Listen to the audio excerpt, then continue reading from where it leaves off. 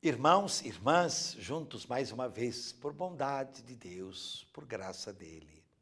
No domingo, o seu dia, que é o nosso dia, o dia do nosso encontro com ele. Ele é nosso caminho, nossa verdade, nossa vida.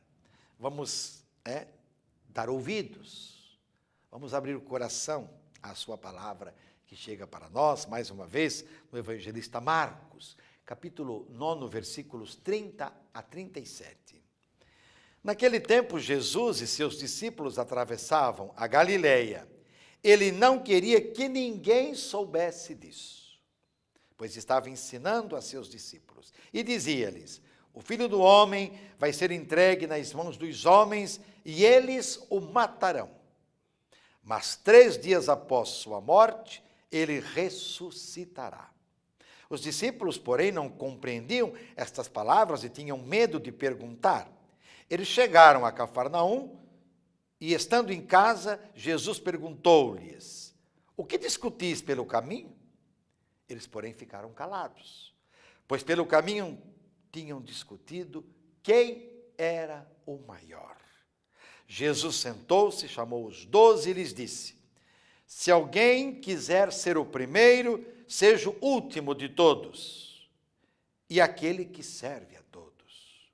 Em seguida pegou uma criança, colocou-a no meio deles e, abraçando-a, disse: quem acolher em meu nome uma destas crianças, é a mim que estará acolhendo.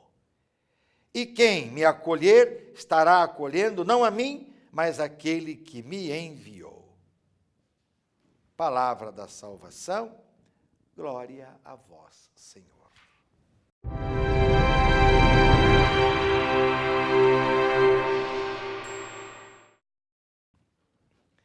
Jesus está atravessando a Galileia.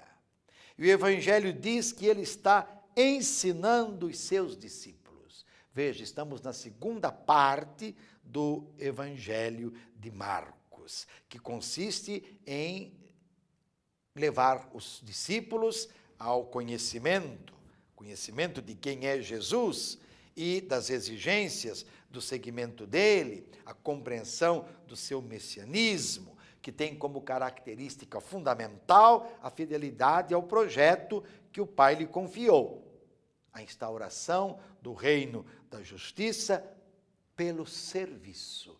Jesus, meus irmãos e minhas irmãs, recusou todos os títulos, mestre, senhor, doutor, sacerdote, juiz, mas ele se deu um título, se atribuiu um título, servidor. Eu estou no meio de vocês como quem serve. Então, o anúncio do reino, da justiça, se faz pelo serviço.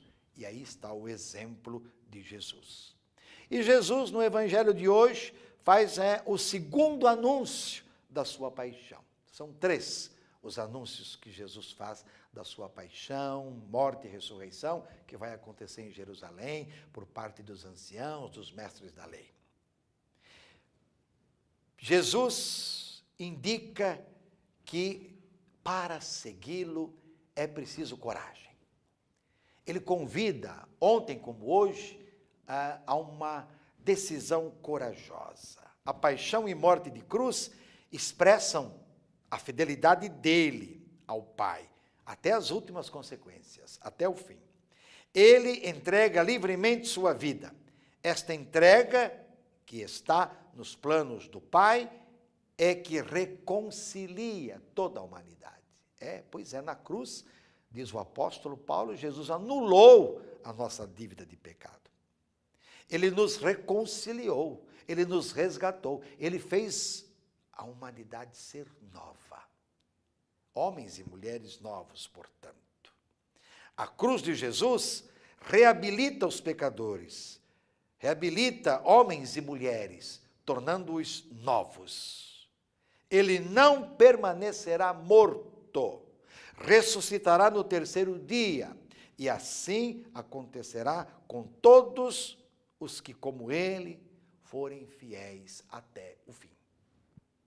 Quem sabe, como os discípulos de ontem, não compreendemos, é claro, o porquê Jesus teve que enfrentar a morte. Ele, que como nos lembra São Pedro, passou fazendo o bem.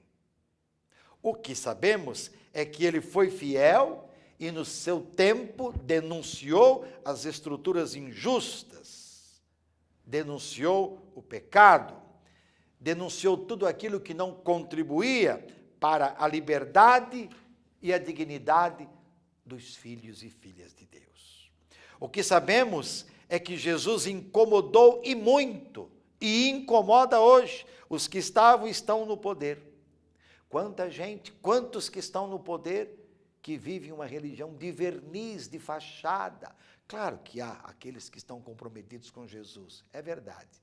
Mas uma grande maioria até se serve da igreja, da religião, com cara de piedade, com ofertas, com promessas, não é? Mas, na verdade, os que estão no poder sempre são incomodados por Jesus, inclusive o poder religioso.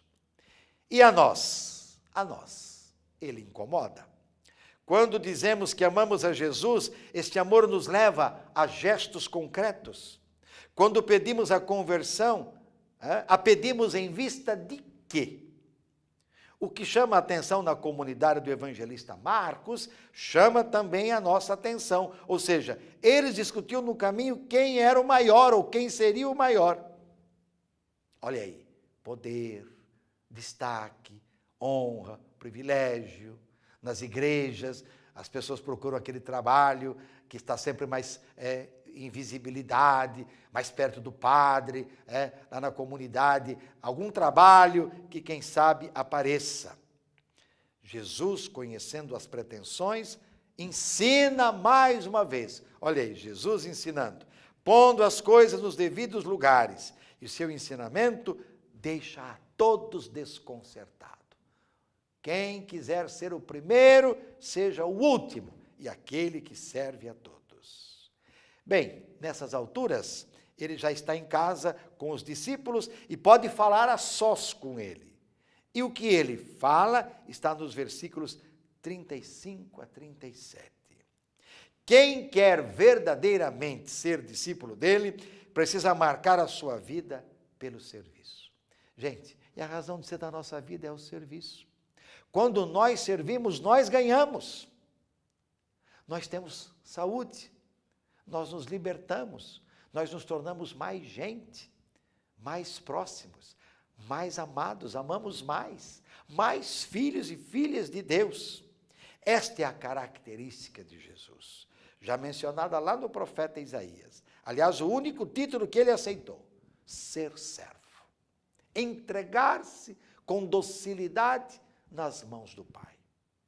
O exemplo da criança, sem pretensão alguma, humilde e totalmente dependente e abraçada por Jesus, revela o sentido do compromisso com o reino que os discípulos não haviam compreendido. Eles estavam interessados, eles queriam saber quem ia ocupar o poder. Na verdade, o gesto de abraçar a criança revela que Jesus é o menor entre todos. Só quem for capaz de tal gesto, abraçar uma criança, o que equivale a acolher os pequenos, os pobres, é que está apto para o reino.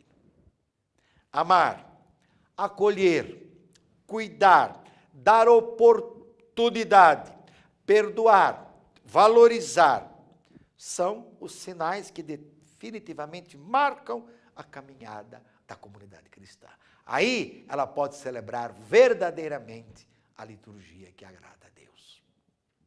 E sobre todos, dessa bênção de Deus Todo-Poderoso, Pai, Filho e Espírito Santo, permaneça para sempre. Amém.